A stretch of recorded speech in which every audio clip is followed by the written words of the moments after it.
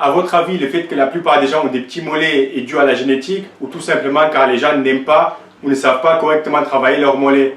Dans cette vidéo, je vais vous parler un petit peu des mollets et vous donner mon avis sur le sujet. Il se peut que vous ne soyez pas d'accord avec tout ce que je dis et c'est très normal car c'est que mon avis. Et donc si vous n'êtes pas d'accord, vous pouvez très bien me donner votre avis dans les commentaires.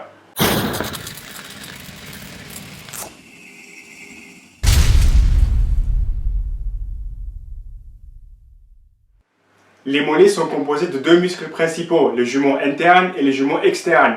Et il y a aussi un troisième petit muscle qui se cache derrière qui s'appelle le solaire. Je ne vais pas rentrer en détail sur comment travailler ces trois muscles, mais en gros, quand vous êtes debout et vous faites une extension des pieds, vous travaillez essentiellement les jumeaux. Et quand vous êtes assis ou vous avez les genoux pliés et vous faites une extension des pieds, vous travaillez essentiellement les solaires.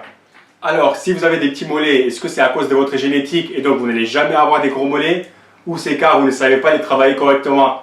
Si on parle que des mollets, c'est un peu les deux. D'une part, c'est un peu de la génétique. Il y a des personnes qui ont des mollets développés et qui n'ont jamais fait un seul exercice de mollets. Et d'autre part, c'est le manque d'entraînement. La plupart des gens font quelques séries de mollets à la fin de leur séance de cuisses et espèrent avoir des gros mollets.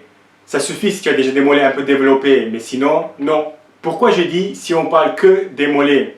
Car le muscle en lui-même, on peut très bien le développer. Les mollets, c'est que ça. Et ici, tout le reste, on ne peut pas le développer. Moi, j'ai les mollets acceptables, je les travaille énormément, j'ai déjà essayé toutes les techniques imaginables. Par contre, j'aurai toujours la partie basse des cuisses fines, et ça, c'est de la génétique. Il n'y a pas de muscle qu'on peut réellement développer ici qui va faire une différence. Tout va être déterminé par l'endroit où le mollet s'insère, où le mollet s'arrête, et les tendons ici. Et donc l'espace que vous avez entre le muscle et la cheville. Tu peux faire grossir tes mollets si tu les travailles correctement. Par contre, si le muscle s'insère haut et donc tu as un grand vide entre le bas du muscle et la cheville, tu peux rien faire pour remplir cette partie. Et plus tu es gras ou tu as les tibias longs, plus cette partie sera importante.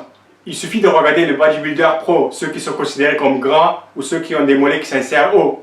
Vous avez le grand Dennis Wolf et Johnny Jackson qui ont la partie basse des cuisses fines par rapport au reste de leur corps. Et au contraire, quand vous regardez ceux qui ont un petit tibia, ou en général ceux qui ne dépassent pas les 1m75, ils ont des énormes mollets. Donc si vous êtes grand et que vous avez un long tibia et que vos mollets ne descendent pas au moins jusqu'au milieu de l'os, vous allez toujours avoir les jambes plutôt fines. Mais ce n'est pas grave car personnellement je préfère être grand et avoir des jambes plutôt fines que petits et costauds.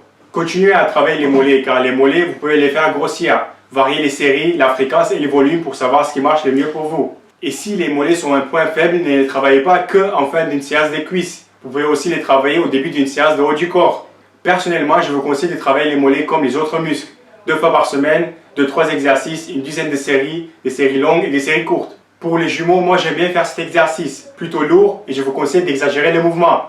C'est-à-dire quand vous faites une extension, essayez de monter le plus haut possible et restez 1 seconde en haut. Et puis à la fin de chaque série, j'aime bien faire quelques secondes d'étirement. Et pour les solaires, j'aime bien faire cet exercice, car dans ma salle, je n'ai pas cette machine. Et comme l'autre exercice, je vous conseille de monter haut et de contracter vos mollets avec chaque répétition. Les mollets peuvent supporter beaucoup de charges de travail, donc n'ayez pas peur de les travailler avec une bonne intensité et régulièrement. Merci et à la prochaine vidéo.